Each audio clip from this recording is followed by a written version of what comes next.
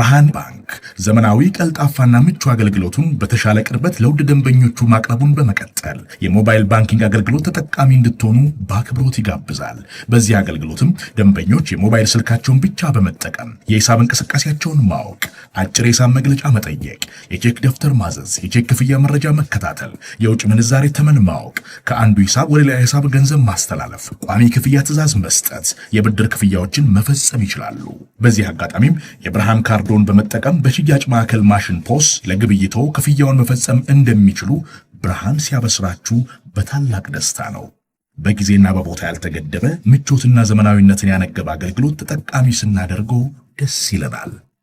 ብርሃን ባንክ እንደ ስማችን ብርሃን ነው ስራችን።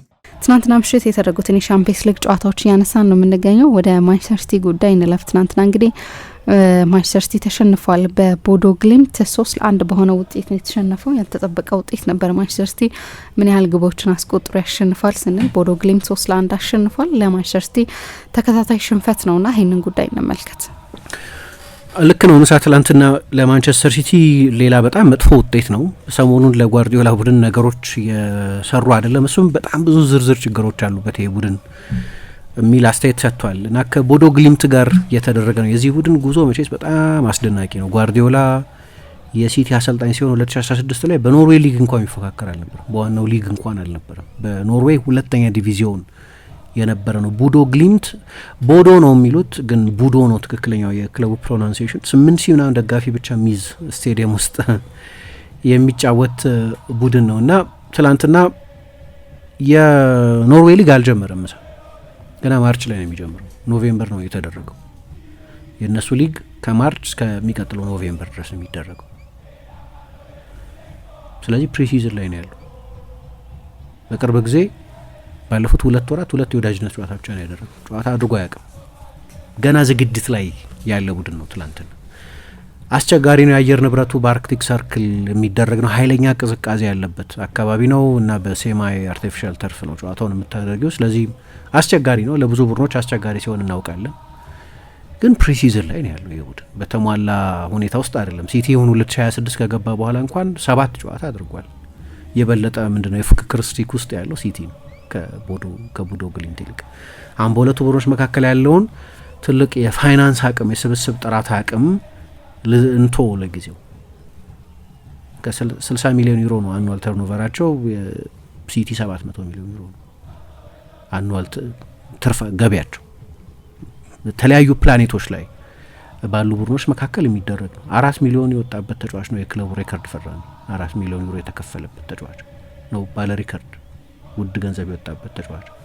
ስለዚህ ለምሳሌ እገሌ ስላልነበር ነው ሁለቱ የመሀል ተከላካዮች 3 የመሀል ተከላካዮች ስላልነበሩ ነው ወይም እንትና ማቴዎስ ኑኔስ ጉንፋን ስለያዘው ነው የሚል ሰበብ ለአንድ ትልቅ የእንግሊዝ ቡድን መቅረብ ያለበት አይመስለኝም። ከቦዶ ግሊምት ጋር የምትጫወች ከሆነ ባላጋራው እንደዛ ከሆነ እና ደግሞ ፕሪሲዝን ላይ ያለ ቡድን ከሆነ ገና የፕሪሲዝን ዝግጅቱን ያልጨረሰ እስከ ማርች ድረስ የራሱን የሀገር ውስጥ የሊግ ውድድር ማይጀምር አሁን የጀመረውን ፕሪሲዝን እንኳን የጀመረው ቻምፒየንስ ሊግ 2 ጨዋታዎች በጃንዋሪ ስላሉበት ለዚህ ጨዋታ በሚል 2 የወዳጅነት ጨዋታ ብቻ ነው ያደረገው። በዚህ ቡድን የተሸነፈው ፕሪሲዝን ሞድ ላይ ያለ ቡድን እና ሲቲ እየተቸገረ ነው፣ ምንም ጥያቄ የለውም። ይሄኛው አመት ከገባ በኋላ አሁን የዛሬ ጨዋታዎች ሲቲን ከቶፕ 8 ውጪ ሊያደርጉት ሁሉ ይችላሉ። ዛሬ ከ1 እስከ 8 ካለው ስፍራ ትላንትና ቢያሸነፍ ኖሮ ከሞላ ጎደል ከ1 እስከ 8 ባለው ስፍራ የማጠናቀቁን ነገር እንደ ማረጋገጥ ይሆንለት ነበር። የሚቀጥለው ሳምንት የጋላታሳራይ ጨዋታ በጣም ወሳኝ ጨዋታ ይሆናል። አሁን 2026 ከገባ በኋላ እንደምታስታውሹ ምሳት ተከታታይ የፕሪሚየር ሊግ ጨዋታዎችን እያሸነፈ ስለነበር በሚሳተፍባቸው ውድድሮች ሁሉ በሊግ ካፕም በቻምፒየንስ ሊግም ጨዋታዎች እያሸነፈ ስለነበር አመቱን ሲጀምር ከብርታት ጋር ነበር የጀመረው። 2026 ፕሪሚየር ሊጉም ላይ 5 ተከታታይ ጨዋታ አሸንፎ ነበር። ከሃላንድ ውጪ ሌሎች ተጫዋቾችም ጎል ማስቆጠር ጀምረው ነበር በዚያ ሰሞን። 2026 ከገባ በኋላ ግን ቡድኑ ልክ አይደለም። 7 ጨዋታ አድርጓል። ጃንዋሪ ከገባ በኋላ 3ቱን ተሸንፏል፣ 2ቱ ናቸው። 2 ሌሎች ጨዋታዎችን ያሸነፈ ኒውካስልን በሊግ ካፕ ያሸነፈበት እና ይሄ አመት ከገባም በኋላ የተሻለው ፐርፎርማንስ ሊባል የሚችለው እርሱ ነው። ከዛ ውጪ ኤግስተር ሲቲ የሚባለውን ቡድን በኤፍኤ ካፕ ያሸነፈበት 10-1 ያሸነፈበት በሌሎቹ ጨዋታዎች በፕሪሚየር ሊግ 4 ጨዋታዎች አቻ የወጣበትን ጨምሮ የማንቸስተር ደርቢን ባለፈውም ተሸንፏል። 5 ሊሆን ይችል ነበር፣ 6 ሊሆን ይችል ነበር የጎል ልዩነቱ። አንድ ኦን ታርጌት ብቻ በማክሳ ሌን በሚባለው ተከላካይ አማካይነት ነበር የሞከረው። ለሃላንድ መጥፎ ነበር፣ ለሁሉም የሲቲ ተጫዋቾች መጥፎ ደርቢ ነበር። ትላንትና 5 ሊሆን ይችል ነበር። ቦዶ ግሊምት በድጋሚ በትራንዚሽን አደገኛ ነበር። ጎሎች አስቆጥሮ ኦፍሳይድ ተብሏል፣ ብረት መልሶባቸዋል። እንደዚህ በእርግጥ ሲቲም በተለይ በሃላንድ አማካይነት ሌላ አንድ እድል አግኝቶ ነበር፣ ግን ልክ አይደለም ሲቲ በብዙ መለኪያዎች 4 የፕሪሚየር ሊግ ጨዋታዎች አላሸነፈም። ፔፕ ደግሞ ከጨዋታው በኋላ ቡድኑ ፍራጃይል ነው፣ በጣም ደካማ ሁኔታ ውስጥ ነው ያለው የሚል አስተያየት ሰጥቷል። የቡዶ ታሪክ ያው እንግዲህ እንዳነሳሁት ወደ 50-60 ሺህ ሰው የሚኖርባት በአርክቲክ ሰርክል ውስጥ ያለች ቡዶ የምትባል ከተማ ውስጥ የሚጫወት ነው። ከኦስሎ 1200 ኪሎ ሜትር ርቀት ላይ ያለ እና የፖላር ዴይስ የሚባሉ ፀሐይ የሚወጣበት ጊዜ ላይ ከጁን 2 እስከ ጁላይ 10 ባለው ጊዜ 24 ሰዓት ፀሐይ ይሆናል። በመሀል ለትንሽ ደቂቃም አይጨልም እና ለየት ያለ አካባቢ ላይ ያለ ወደ በጣም ቀዝቃዛ ነው። ሞቀ ሲባል 13 ዲግሪ ላይ ይደርሳል፣ ግን በጣም በከፋ ሁኔታ ሲቀዘቅዝ ከ4 ዲግሪ ሴንቲግሬድ በታች የሚሆንበት፣ ሜዳዎች በበረዶ የሚሸፈኑበት፣ በቀይ ኳስ የሚጫወቱበት ጊዜ ያለ። ነጭ ኳስ የምትጠቀሚ ከሆነ ከበረዶ ጋር ስለሚመሳሰል በጣም ሌላ ደማቅ ቀለም ያለው ኳስ ሲጠቀሙ ና ያለን እና ለየት ያለ ቦታ ሄደው ነው ጨዋታቸውን ያደረጉት እና ከኖርዌይ ትልልቅ ታሪካዊ ቡድኖች መካከልም አንደኛው አልነበርም። የዛሬ 10 ዓመት እንዳነሳሁት ፔፕ የሲቲ አሰልጣኝ ሆኖ በተሾመበት ጊዜ በኖርዌይ ዋናው ዲቪዚዮን እንኳን አልነበርም፣ ግን አምና የዩሮፓ ሊግ ሴሚፋይናሊስት ነበር። ለምሳሌ በቅርብ ዓመታት በኮንፈረንስ ሊግ የጆዜ ሞሪኞ ሮማን 6-1 ሲያሸንፍ አይተን እናውቃለን። በተለይ ኬትል ኑትሰን የሚባሉት አሰልጣኝ 2017 ላይ ኃላፊነቱን ከተረከቡበት ጊዜ ጀምሮ የኖርዌይን እግር ኳስ ዶሚኔት ማድረግ ጀምሯል እንጂ ሂስቶሪካሊ የኖርዌይ ሁለቱ ትልልቅ ቡድኖች ሮዘንበርግና ሞልደ የሚባሉት ክለቦች ናቸው። ወይም ሊኖስሎ እንኳን ሊኖስሎ ሲባል የጆኖ ቢሚካኤል ማንቸስተር ዩናይትድና ቼልሲን ያጣላበት ታሪክ ነው ትዝ የሚለኝ። ግን ሮዘንበርግና ሞልደ ናቸው ሁለቱ ትልልቅ የኖርዌይ ክለቦች። ሞልደ ሶልሻ የተጫወተበት ያሰለጠነው ሃላንድ የእግር ኳስ ህይወቱን የጀመረበት ክለብ ነው። በቅርብ ዓመታት ግን በ6 ሲዝን 4ቱን የሀገሪቱ የሊግ ሻምፒዮን ሆኗል። በሁለቱ ሁለተኛ ሆኖ ጨርሷል። በተጠናቀቀ የውድድር ዘመን በሚያስቆጭ ሁኔታ ነው ዋንጫውን ያጡት። እኛ አሰልጣኝ ኑትሰን የሚባሉት አሰልጣኝ በቅርብ ጊዜ ብራይተን ከሮቤርቶ ዲዘርቢ መልቀቅ በኋላ የዲዘርቢ ተተኪ የማድረግ ፍላጎት ነበረው። ረጅም ጊዜ በታችኞቹ ዲቪዚዮኖች ሲያሰለጥኑ የቆዩ ባለሙያ ናቸው። የክለቡ ታሪክ በጣም በጣም በጣም አስደናቂ ታሪክ ነው እና መጨረሻ ላይ ደግሞ እንደ ሲቲ አይነቱን ቡድን አሸነፉ። ስለዚህ የትላንትናው ድል በቦዶ ግሊምት ታሪክ ምናልባት ትልቁ ድል ሊሆን ይችላል። የሚያስገርም ስኬት ነው የቦዶ ግሊምት ጉዞ። ለማንኛውም ጨዋታውን በተመለከተ እንግዲህ ፔፕ ብዙ ተጫዋቾች በጨዋታው ላይ አልነበሩም።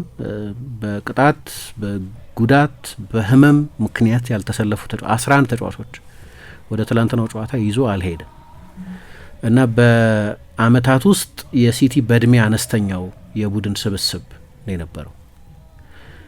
በጣም ወጣት ቡድን ነው። በማንቸስተር ሲቲ የቻምፒየንስ ሊግ ታሪክ በእድሜ ትንሹ ነው። 24 ዓመት ከ84 ቀን ነበር እድሜያቸው። ከ21 ዓመት በታች ሆኑ 4 ተጫዋቾችን በጨዋታው ለትላንትና ተጠቅሟል። ስለዚህ ጉዳት ብዙ እንዳስቸገረው ግልጽ ነው። ግን ፔፕ ራሱ አንዳንድ የወሰናቸው ቁልፍ ውሳኔዎች አሉ በትላንትናው ጨዋታ ላይ። አንዳንዱን ተገዶ ቢሆንም ለምሳሌ ራያን ኤይት-ኑሪን የግራ እግር ተከላካይ ነው የቀኝ ፉልባክ አድርጎ ነው ያስጀመረው እና የመጀመሪያ ጎል ሲቆጠር ለምሳሌ እሱ ታርጌት እንደተደረገ ግልጽ ነው። የግራ ፉልባክ ወይም ዊንግ ባክ ሆኖ የሚጫወት ተጫዋች ነው። ይሄ በአሰልጣኙ ምርጫ የተደረገ ነው። እዛ ቦታ ላይ ነው ተጫዋቹን የተጠቀመው። ማንን ሊያሰልፍ ይችል ነበር? ሪኮ ሉዊስ በቀደም ጥሩ አልተጫወተም፣ ግን ሪኮ ሉዊስ ናቹራል ቦታው እርሱ ነው። ይሄኛው ተጫዋች በጣም እንግዳ የሆነ አንግል ነው ለዚህ ተጫዋች የሆነው። እኔ አልተለመደም ነው። አንዳንድ ጊዜ ፌርላንድ ሜንዲን ዚዳን እዛ ቦታ ላይ ሲያጫወታ ይቻቃሉ ቢቸግረው የሆነ ጊዜ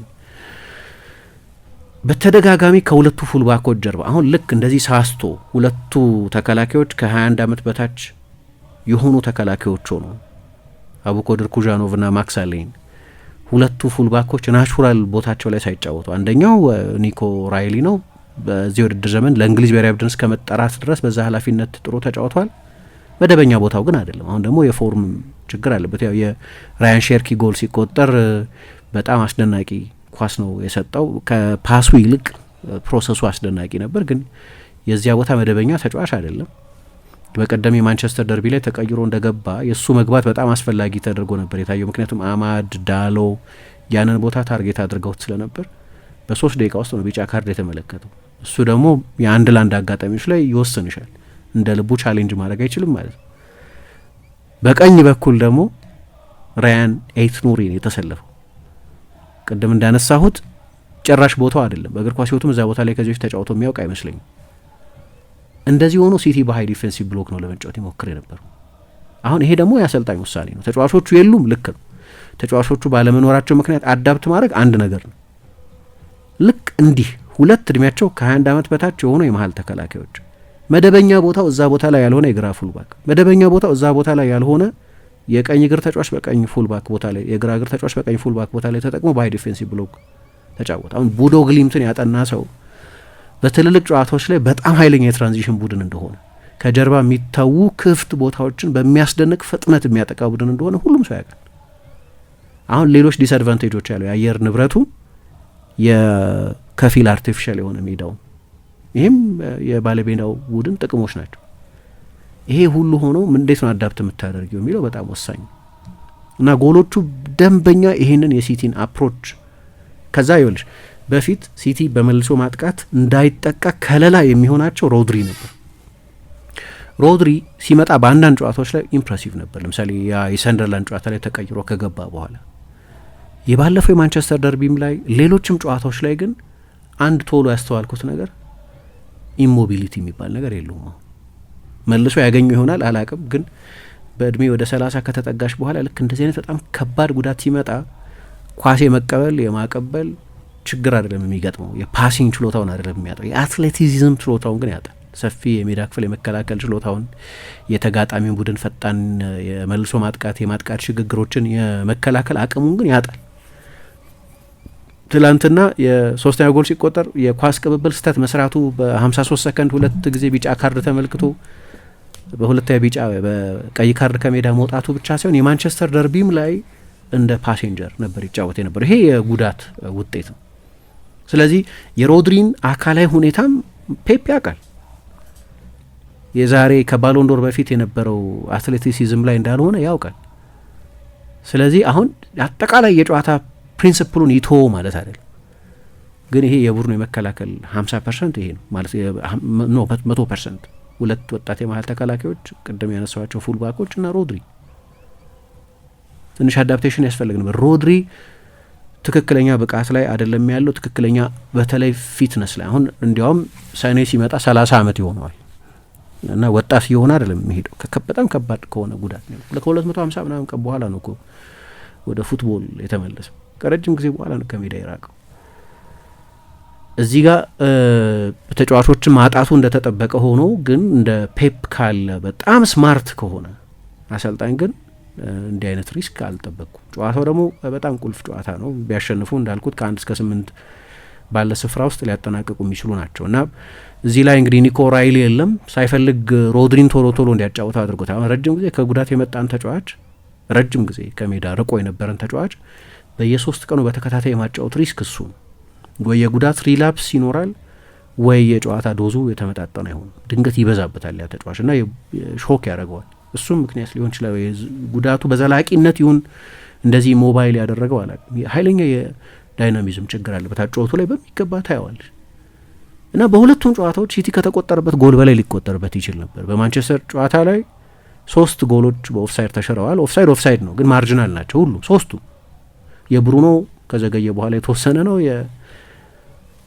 የማውንት በቪአር የተወሰነ ነው። ማርጂናል ነው በጣም ለማየትም በጣም ግልጽ አይደለም። እሱ ብረት መልሶባቸዋል አማድን ጨምሮ ሃሪ መጓየር 5-6 ሊሆን ይችል ነበር። 3.8 ምናምን ነው የማንቸስተር ዩናይትድ ኤክስጂ። በጓርዲዮላ አሰልጣኝነት ከፍተኛው ኤክስጂ ነው የተመዘገበው። ትላንትም ኤግዛክትሊ ተመሳሳይ። ማንቸስተር ዩናይትድ በትራንዚሽን በጣም አደገኛ ቡድን ነው። ቦዶ ግሊምትም የትራንዚሽን ቡድን ነው። እና በእንደዚህ ቡድኖች በጣም እየተቸገረ ነው እና ትላንትና እነዚህ ሁሉ ነገሮች በሚኖሩበት ጊዜ መጠነኛ አዳፕቴሽን ያስፈልግ ነበር። 34% ብቻ ነው ኳስ የያዙት። ማንቸስተር ዩናይትድም 30% ኳስ ይዞ ነው፣ ግን 30 ፖሴሽኑ ችግር የለው እናም 30 አይሞላም መሰለኝ ማንቸስተር ዩናይትድ ፖሴሽን 28% ወይም ብቻ 30ዎቹ መጀመሪያ ወይም እንደዛ ነው የነበረው። ግን በአይን በግልጽ ይታይ ነበር የተሻለ ቡድን ማን እንደሆነ። የማንቸስተር ሲቲ ፖሴሽን መጠን ኢሬሌቨንት ነበር፣ ትላንትናም ኢሬሌቨንት ነው የነበረው እና ይሄ አመት ከገባ በኋላ ቡድኑ ትክክል አይደለም። በዚች የፖሴሽን መጠን 8 ሙከራ አድርገዋል። 5 ኦፕታ ቢግ ቻንስስ የሚላቸው አሉ። ትልልቅ የጎል እድሎችን ፈጥሯል። 1.35 ኤክስጂ አስመዝግበዋል። በተለይ ደግሞ ሁለቱ የክንፍ ተጫዋቾች ወደ መሀል ሜዳ ተጠግተው የሚጫወቱትን ሁለቱን የማንቸስተር ሲቲ ፉልባኮች ጀርባ ያለውን ቦታ ታርጌት አድርገው ነበር። አሁን የመጀመሪያዎቹ 2 ጎሎች ለማክስ አሌን ትልልቅ ስህተቶች አሉ። የበቀደም የማንቸስተር ዩናይትድ ጨዋታም ላይ ረፍት ሰዓት ላይ ቀይሮ አስወጥቶታል። ምንም አስተያየት መስጠት አይቻልም። ይህ ተጫዋች የዛሬ 3 ሳምንት በቻምፒየንሺፕ ለዋትፎርድ በውሰት ተሰጥቶ እየተጫወተ የነበረ በኢመርጀንሲ ድረስልን የተባለ ተጫዋች ነው። በጉዳቶች በዮሽኮ ግቫርዲዮል እና በሩበን ዲያስ ጉዳቶች ምክንያት ያው ጆን ስቶንስ የቆየ ጉዳት ያለበት ተጫዋች እንደሆነ ይታወቃል። አንዱ ክርክር ለምን ለምሳሌ ማኑኤል አካንጂን በውሰት ለኢንተር ሰጥተውታል። ብሬክ ክሎዝ አላቸው። የውሰት ኮንትራቱን ማቋረጥ የሚችሉበት መብት ነበራቸው። ከአርሰናል ጨዋታ በፊትም በተጫዋቾች በኩል ፕሬስ ኮንፈረንስ የሰጠው እሱን ፖሲቢሊቲ ነበር ወይ ብለው ጠይቀውት ነበር። አልነበረም አለ። ግን ኮንትራታዊ መብት አለው ሲቲ። ልምድ ያለው ተጫዋች ነው። በጥሩ ሲዝን እያሳለፈ ያለ ነው እና በዚህ ጊዜ ካልሆነ ለምን ያንቺ ተጫዋች ይሆናል? እንግዲህ ማክስ አሌንን ከመጥራት ይሻላል። ግን ወጣት ስለሆነ ማለት ነው። ትልቅ ፖቴንሻል ነው፣ ግን ወጣት ነው። በጣም ስህተት ሰርቷል። ልክ ነው። ግን የመጀመሪያ ቻምፒየንስ ሊግ ጨዋታውን ያደረገ ተጫዋች ባልተለመደ ሰርከምስታንስ እና ኮሩ ልክ ባልሆነ ቡድን ውስጥ እየተጫወተ ስህተቶች ቢሰራ የሚያስገርም አይደለም። ሁለቱም የሲቲ ፉል ባኮች ታርጌት ተደርገው ነበር እና ለሁለቱ ሴንተር ባኮች ከፊታቸው የድሮ ሞቢሊቲ ላይ ያልሆነ 6 ቁጥር ለነሱ በቂ ከቨሬጅ ሊሰጥ የሚገባው 6 ቁጥር የድሮ ብቃቱ ላይ አይደለም ያለው፣ የድሮ አካላዊ ብቃቱም ላይ አይደለም ያለው። ሁለቱን ፉል ባኮች በእንደዚህ አይነት ሴታፕ ነው አሰልጣኝ የተጠቀመባቸው እና ከፔፕ እንዲህ አይነት ስህተት አልጠበቅኩም። ወይም በእኔ ግምት ይሄ በጣም ከባድ ሪስክ ነው የነበረው። በተለይ ለቦዶ ግሊምት በጣም የተመቸ ስለነበር በማጥቃቱ በኩል ሲቲ ፕሪዲክተብል ነው። ብዙ ጊዜ እንዳነሳሁት ካስፐር ሂዩግ የሚባለው ተጫዋች ነው ሁለቱን ጎሎች በትራንዚሽን ያስቆጠረው እና ይሄ ደግሞ በሌሎችም የክሪስታል ፓላስ ጨዋታ ላይ አንዳንድ ጊዜ ስታሸንፊ ፒፐሪንግ ዘ ክራክ ይባላል። በማሸነፍሽ ምክንያት የሚሸፈኑ ድካሞች አሉ። ሊድስ በትራንዚሽን አስቸግሮት ነበር። ክሪስታል ፓላስ በትራንዚሽን አስቸግሮት ነበር እያሸነፈ። ኖቲንገም ፎረስት በሽግግር አስቸግሮት ነበር። ትራንዚሽኖችን ኦፍኮርስ ሲቲን በትራንዚሽን የምታጠቂው ድሮም ቢሆን የሲቲን የጓርዲዮላን ቡድኖች ባርሴሎናንም ባየር ሚኒክም በሽግግር ነው ለማጥቃት የምትሞክሪው። በፖሴሽን ዶሚኔት ልታደርጊያቸው አትችይም፣ ማይሆን ነው። ግን በተቻለ መጠን በታክቲካል ፋውል ይሁን በአግሬሲቭ ፕሬሲንጉ ከራሳቸው የመጀመሪያ 30 ሜትር እንዳይወጡ በመከልከል ይሁን 6 ቁጥሩ በደንብ ስክሪን በማድረግ ይሁን በሆነ መንገድ ሲቲን በነገራችን ላይ ፔፕን ነው እንደ ዲፌንሲቭ አሰልጣኝ አንቆጥረውም፣ ግን በየአመቱ ብዙዎቹ ሲዝኖች የሊጉ ቤስት ዲፌንስ ያለው አሰልጣኝ በትራዲሽናል ዲፌንዲንግ ሳይሆን የበለጠ አድቬንቸረስ በሆነ ደፋር በሆነ የመከላከል አይነት ከፊት ጀምሮ በመከላከል ብዙ ጎል የማይቆጠርበት ቡድን ነው የነበረው። አሁን እነዛን ወሳኝ ኤሌመንቶች አጥቷል። እዚህ ላይ ትልልቅ ተጫዋቾች ለዚህ ነው ሃላንድ ምን እንደምላችሁ አላቅም፣ ምን መልስ እንደምሰጥ አላቅም። ይቅርታ ጠይቃለሁ ይህንን ሁሉ ርቀት ለተጓዙ ደጋፊዎች። እኔም ኃላፊነት መውሰድ አለብኝ ጎል እያስቆጠርኩ ስላልሆነ። ቡድኑ ለምን እንደዚህ እየሆነ እንደሆነ ግን መልስ መስጠት አልችልም። እኔ ሮድሪ፣ ራይንደርስ እንዲህ ባለልም እንዲሆንን ተጫዋቾች ግን ቡድኑ እየሄደ ስላለበት አቅጣጫ ኃላፊነት መውሰድ አለብን የሚል አስተያየት ሰጥቷል። ከወጣቶቹን መተቸት ኩዣኖቭ ከማርች በኋላ ሰሞኑን እስኪሰለፍ ድረስ 6 ጨዋታ ያደረገን ተጫዋች ወይ ማክስ አሌንን እስከ ዛሬ 3 ሳምንት ድረስ በቻምፒየንሺፕ በውሰት የነበረን ተጫዋች በዚህ ደረጃ ተጫውቶ የማያውቅን ተጫዋች እየነጠልሽ በገሌ ስህተት ነው የተሸነፍነው ማለት አትችይም። ኦርጋናይዜሽኑ ልክ ስላልሆነ 3 ጎል ሲቆጠር 6 ለ5 ነበሩ በመልሶ ማጥቃት ጊዜ። ስለዚህ የቁጥር ብልጫ ያላቸው ቦዶ ግሊምት አንደኛው አጋጣሚ ላይ 3 ለ2 ነበሩ፣ አንደኛው አጋጣሚ ላይ 2 ለ1 ነበሩ። ሁሌ ኒውሜሪካል ኢንፌሪዮሪቲ ነበረው ሲቲ፣ ሁሌ በቁጥር ይበለጥ ነበር እና ይሄ የምርጫ ጉዳይ ይመስለኛል። ጉዳቶቹ አሉ፣ ግን እየተጫወተች ያለችው ከቦዶ ግሊምት ነው። ሲግኒፊካንትሊ ከሲቲ ያነሰ በጀት ያለው ነው። ሲቲ በነገራችን ላይ ካለፈው የውድድር ዘመን ከጃንዋሪ ጀምሮ እስከዚህኛው ጃንዋሪ ኦልሞስት 500 ሚሊዮን ፓውንድ አውጥቷል። ለዚሁ ማይገናኝ ፋይናንሻል ሪሶርስ ነው በሁለቱ መካከል ያለው። አንዳንድ ለውጦች ለማድረግ ሞክሮ ነበር፣ ግን በጣም ወሳኝ ሞመንቶች ላይ ለምሳሌ በሼርኪ ጎል ተቆጠረ፣ ግን ሮድሪ የሶስተኛ ጎል መቆጠር ላይ ስተሰራ በኋላ በ53 ሰከንድ ውስጥ በሁለት ቢጫ ካርዶች በቀይ ወጣ። ፒተር ሃውገን ካስታወሱ ወደ ሚላን ሄዶ ነበር የሆነ ጊዜ ሳይሳካለት ቀረ እንጂ ብዙ ተስፋ የተጣለበት ወጣት ተጫዋች ነበር። እና እነዚህ ጉዳዮች ሲቲ በጣም በአስቸጋሪ ሁኔታ ውስጥ እያለፈ እንደሆነ የሚያሳዩ ናቸው። በቦዶ ግሊምት የደረሰበትም ሽንፈት የሚቀጥለውን የጋላታ ሳራይ ጨዋታ በጣም አስፈላጊ ያደርገዋል። ፔፕ ጓርዲዮላ ከጨዋታው በኋላ በአንዳንድ ዲፓርትመንቶች ላይ አንዳንድ ጠቃሚ ተጫዋቾችን አጥተናል፣ ግን ባለፈው የውድድር ዘመን በሆነ ወቅት የታየው አይነት ፍራጃይል መሆን ይታያል። ተጫዋቾችን ማድነቅ ፈልጋለሁ። የመጨረሻውን 30 ደቂቃ 10 ለ11 ነው የተጫወት ነው ብሏል። ግን ኦልሬዲ 11 ለ11 እያሉ ውጤቱ 3-0 3-1 ነበር።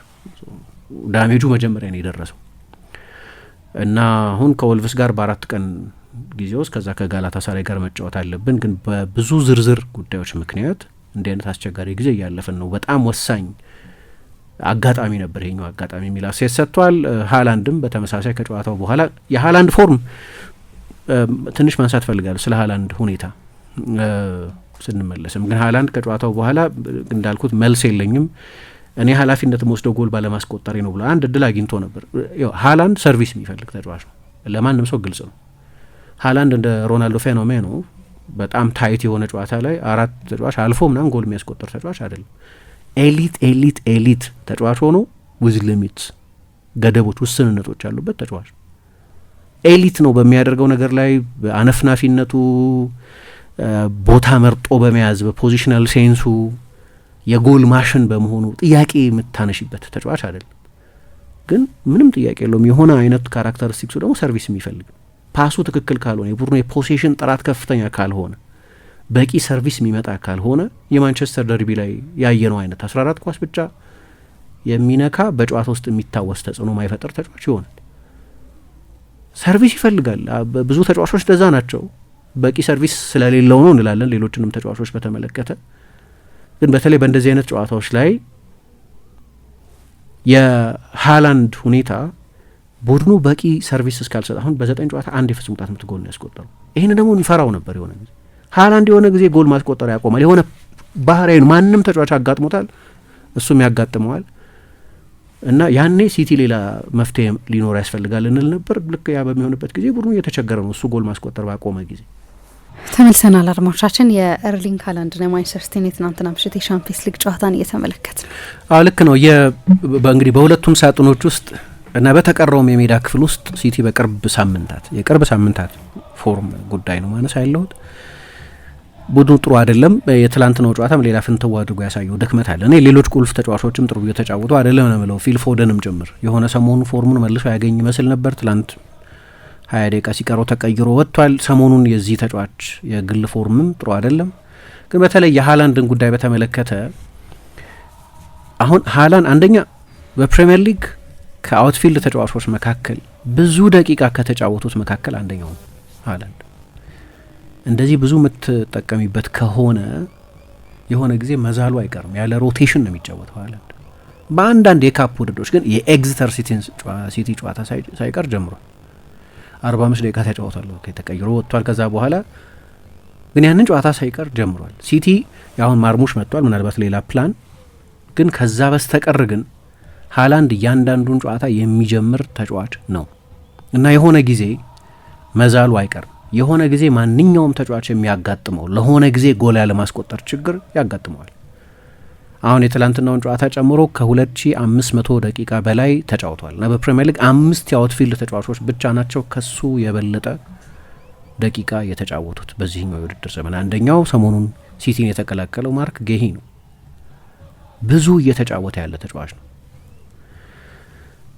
ግን በቅርብ ጊዜ ሲቲ ባለፈውን ከማንቸስተር ደርቢ በኋላ አንስቼዋለሁ ይህንን ነጥብ። በብራይተን ጨዋታ ላይ ብቻ ነው ጎል ያስቆጠረው፣ እሱም በፍጹም ቅጣት ምት የተቆጠረ ጎል። አሁን ልክ እንደሱ የእሱ ፓውደር ድራይ ሲሆን በቂ ጎል ማስቆጠር ሳይችል ሲቀር የቡድኑ የቡድን ግንባታ ፍልስፍና ነው ጥያቄ ምልክት ውስጥ የሚገባው። ለምን ከኬቨን ደብሮይነ መልቀቅ በኋላ ኬቨን ደብሮይነን በሌላ ተጫዋች መተካታችም ኢልካይ ጉንዶዋን ተመልሶ ከመጣ በኋላ ስኬታማ ባይሆንም በጓርዲዮላ የአሰልጣኝነት ዘመን በሙሉ ከትልልቅ የማጥቃት ኦፕሽኖች መካከል አንደኛው ነበር። ፔፕ ባለፉት ዓመታት ብዙ ጎል የሚያስቆጥሩ ሌሎች የመስመር ተጫዋቾች ነበሩት፣ በተለይ ራሂም ስተርሊንግ እና ሪያድ ማህሬዝ አይነት ተጫዋቾች።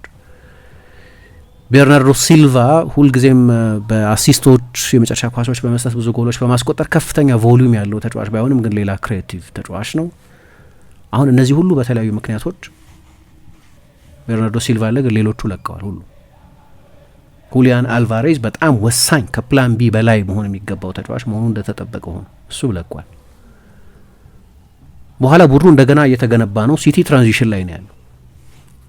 ያለፈው የውድድር ዘመን በተለይ ትራንዚሽኑ ቀድሞ መጀመር እንደነበረበት የሚያሳይ ነው። ምክንያቱም ከ2017 ጀምሮ እስከ 2024 ባለው ጊዜ ድረስ በመላው ዓለም በብዙ የማች ዴይ ስኳድ ውስጥ የተካተቱ 10 ተጫዋቾችን ብትወስጂ 7ቱ የሲቲ ተጫዋቾች ናቸው።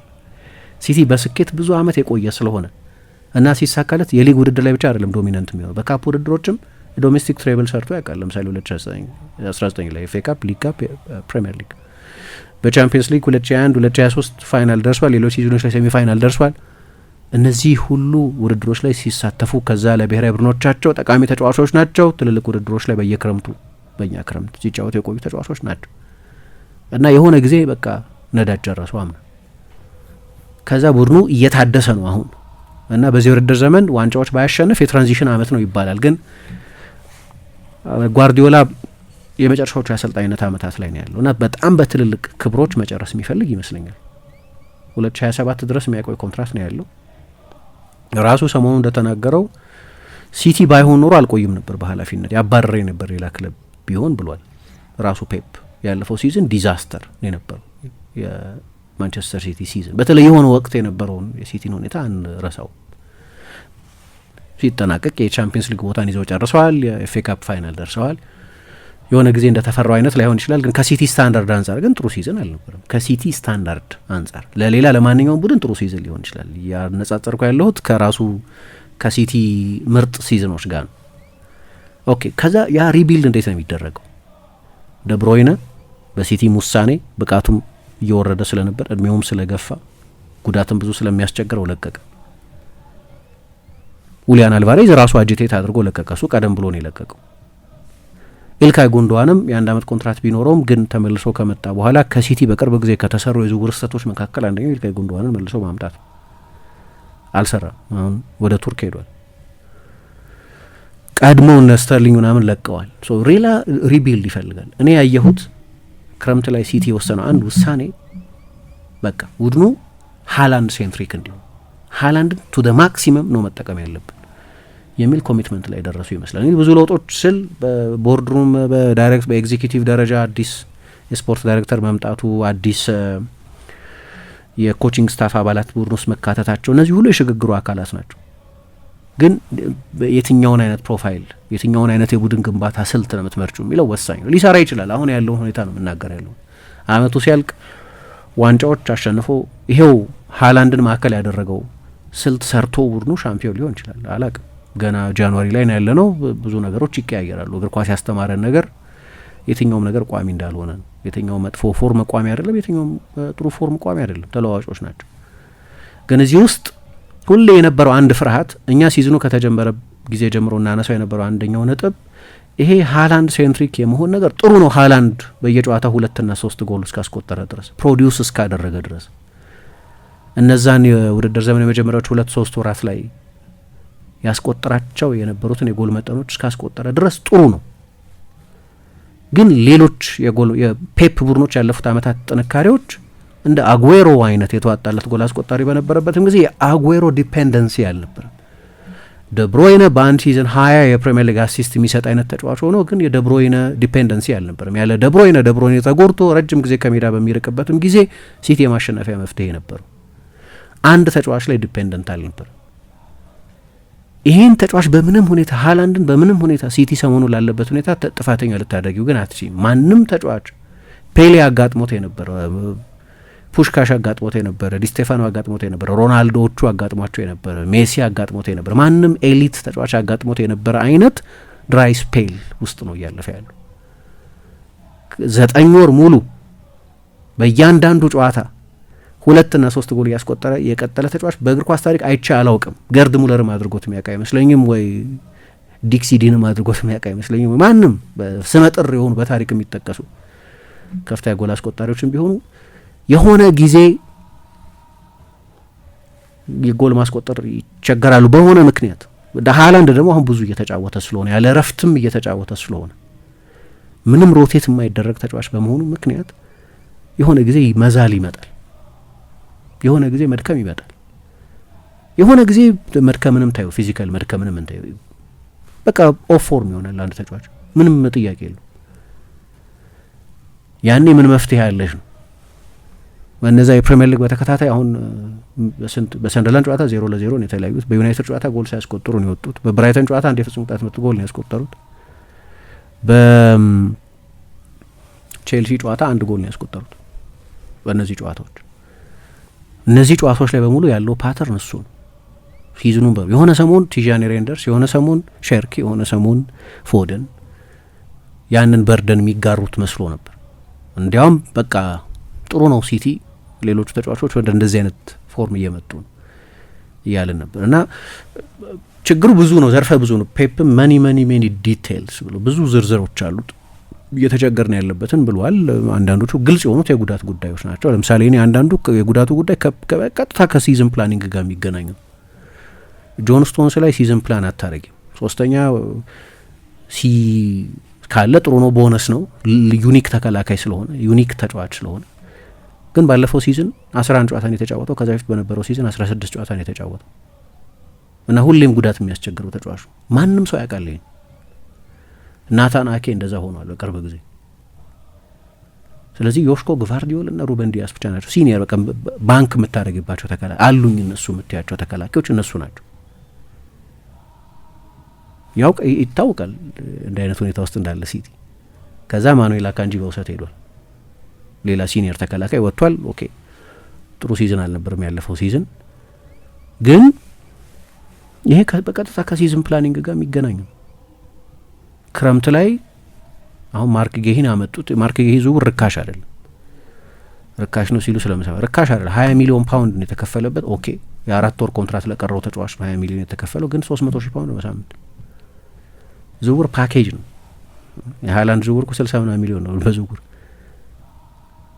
ኮሚሽኑ ብቻ ግን 40 ሚሊዮን ኮሚሽኑ ብቻ ለሱ ለኤጀንቶቹ ለማለት የተከፈለው ብቻ ግን 40 ሚሊዮን ሰው ከኑኔዝ ጋር አሁን ኑኔዝ 80 ወጥቶበት አለ እንደዛ ለኮሚሽን ብቻ ከ40 ሚሊዮን በላይ በጠቅላላው ከ100 ሚሊዮን ሊያውም ሁለተኛ የሲቲ ከፍተኛ ደሞዝተኛ ነው ወዲያው እንደመጣ ደብሮይነ ብቻ ነው የሚበልጠው።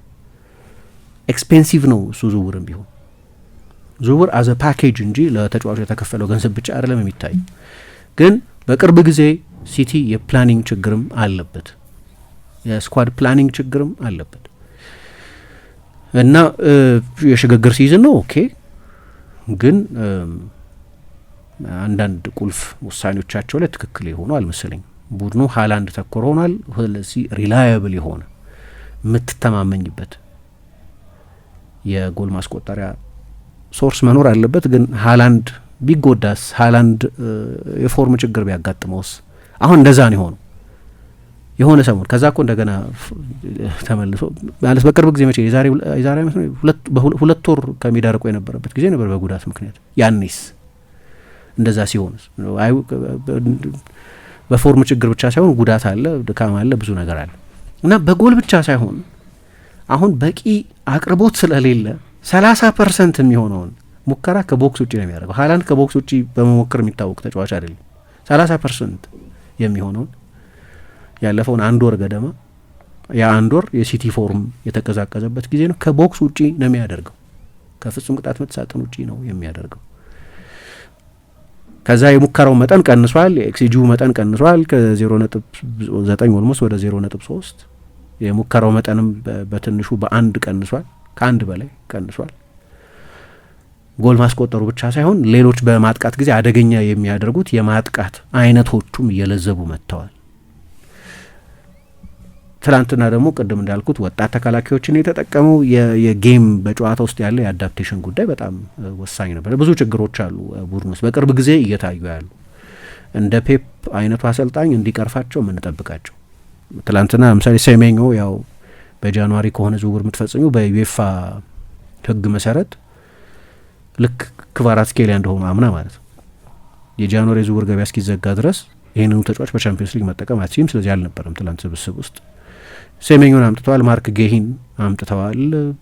ለትላንትናው ጨዋታ አልደረሰም ማርክ ጌሂም ቅድም ባልኩ ተመሳሳይ ምክንያቱም መጫወት አይችልም። እሱም ቢሆን እስከ የሚቀጥለውን ሳምንት ጨዋታ አያደርግም። ግን ለየት ያሉ ከዚህ በፊት ሲቲ የማይሰራቸው አይነት ስህተቶች በቅርብ ጊዜ ግን የሰሩ ይመስለኛል። አንዳንዴ ማሸነፍ የሚከልላቸው ነገሮች ይችላሉ እንጂ ለእኔ የፓላስ ጨዋታ የመጀመሪያ አጋማሽ ሁሌ ያነሷሉ። ያን የፓላስ ጨዋታ 3-0 ነው ያለቀው። ሲቲ ነው 3-0 ያሸነፈው። እስከ 40ኛው ደቂቃ ድረስ ሲቲ አንድ ሙከራ አላደረገም። 4 ጊዜ ብቻ ነው የፓላስ ሳጥን ውስጥ ኳስ የነገው። ፓላስ በዛ ጊዜ ውስጥ 2-3 ጎሎች ማስቆጠር ይችል ነበር። የረሚ ፒኖ፣ ጆን ፊሊፕ ማቴታ፣ ሌሎችም ተጫዋቾች በጣም ትልልቅ አጋጣሚዎች አግኝቱ። ስንት ጊዜ ነው ዶናሩማን ኤክሰፕሽን ያለው ምንለው። የማንቸስተር ደርቢ ጨዋታ ላይ የሲቲ ምርጡ ተጫዋች ዶናሩማ ነው፣ ግብ ጠባቂ። የዛ ቡድን ምርጡ ተጫዋች ዶናሩማ ነው የነበረው እና ግብ ጠባቂሽ በየጊዜው ይሄ ግብ ጠባቂ ምናምን እየተባለ የሚደነቅ ከሆነ ቡድኑ መከላከል አይችልም ማለት እኮ ነው። ሌላ ምንም እኮ ሚስጥር የለም። በበቂ ሁኔታ መከላከል አይችልም። ስለዚህ the last line of defense ነው ግብ ጠባቂ። ሌሎቹ የዲፌንሲቭ ላይኖች በሙሉ ተሰብረው የመጨረሻው ዲፌንሲቭ ላይን ላይ ተደርሷል ማለት ነው። ስለዚህ ያንን ኤምቤሞን ያንን የአማድ ነው እነዛን አስደናቂ ሙከራዎች ሲያድን ታየዋለሽ። ሁሉም ነገር ታልፎ ማለት ነው እና እነዚህ ሁሉ ድክመቶች ያሉ ይመስለኛል። ጉዳቶቹን እቀበላቸዋለሁ የአንዳንድ ተጫዋቾች አለመኖር ምናምን፣ ግን ሁሉም ቡድን የሆነ ጊዜ ጉዳት ይገጥመዋል። የሲቲ አይነት የፋይናንስ ፖቴንሻል ያለው ቡድን ብዙ ጉዳትን በተለይ ከቦዶ ግሊምት ጋር ሲጫወት ሰበብ አድርጎ ማቅረብ የሚችል አይመስለኝም። ቡድኑ በጣም ሀብታም ስለሆነ። ለማንኛውም ትላንትና እንደምሳ እንዳነሳሽው ያልተጠበቀ ሽንፈት ነበር። ብርሃን ባንክ ዘመናዊ ቀልጣፋና ምቹ አገልግሎቱን በተሻለ ቅርበት ለውድ ደንበኞቹ ማቅረቡን በመቀጠል የሞባይል ባንኪንግ አገልግሎት ተጠቃሚ እንድትሆኑ በአክብሮት ይጋብዛል። በዚህ አገልግሎትም ደንበኞች የሞባይል ስልካቸውን ብቻ በመጠቀም የሂሳብ እንቅስቃሴያቸውን ማወቅ፣ አጭር የሂሳብ መግለጫ መጠየቅ፣ የቼክ ደብተር ማዘዝ፣ የቼክ ክፍያ መረጃ መከታተል፣ የውጭ ምንዛሬ ተመን ማወቅ፣ ከአንዱ ሂሳብ ወደ ሌላ ሂሳብ ገንዘብ ማስተላለፍ፣ ቋሚ ክፍያ ትዕዛዝ መስጠት፣ የብድር ክፍያዎችን መፈጸም ይችላሉ። በዚህ አጋጣሚም የብርሃን ካርዶን በመጠቀም በሽያጭ ማዕከል ማሽን ፖስ ለግብይቶ ክፍያውን መፈጸም እንደሚችሉ ብርሃን ሲያበስራችሁ በታላቅ ደስታ ነው። በጊዜና በቦታ ያልተገደበ ምቾትና ዘመናዊነትን ያነገበ አገልግሎት ተጠቃሚ ስናደርገው ደስ ይለናል። ብርሃን ባንክ፣ እንደ ስማችን ብርሃን ነው ስራችን።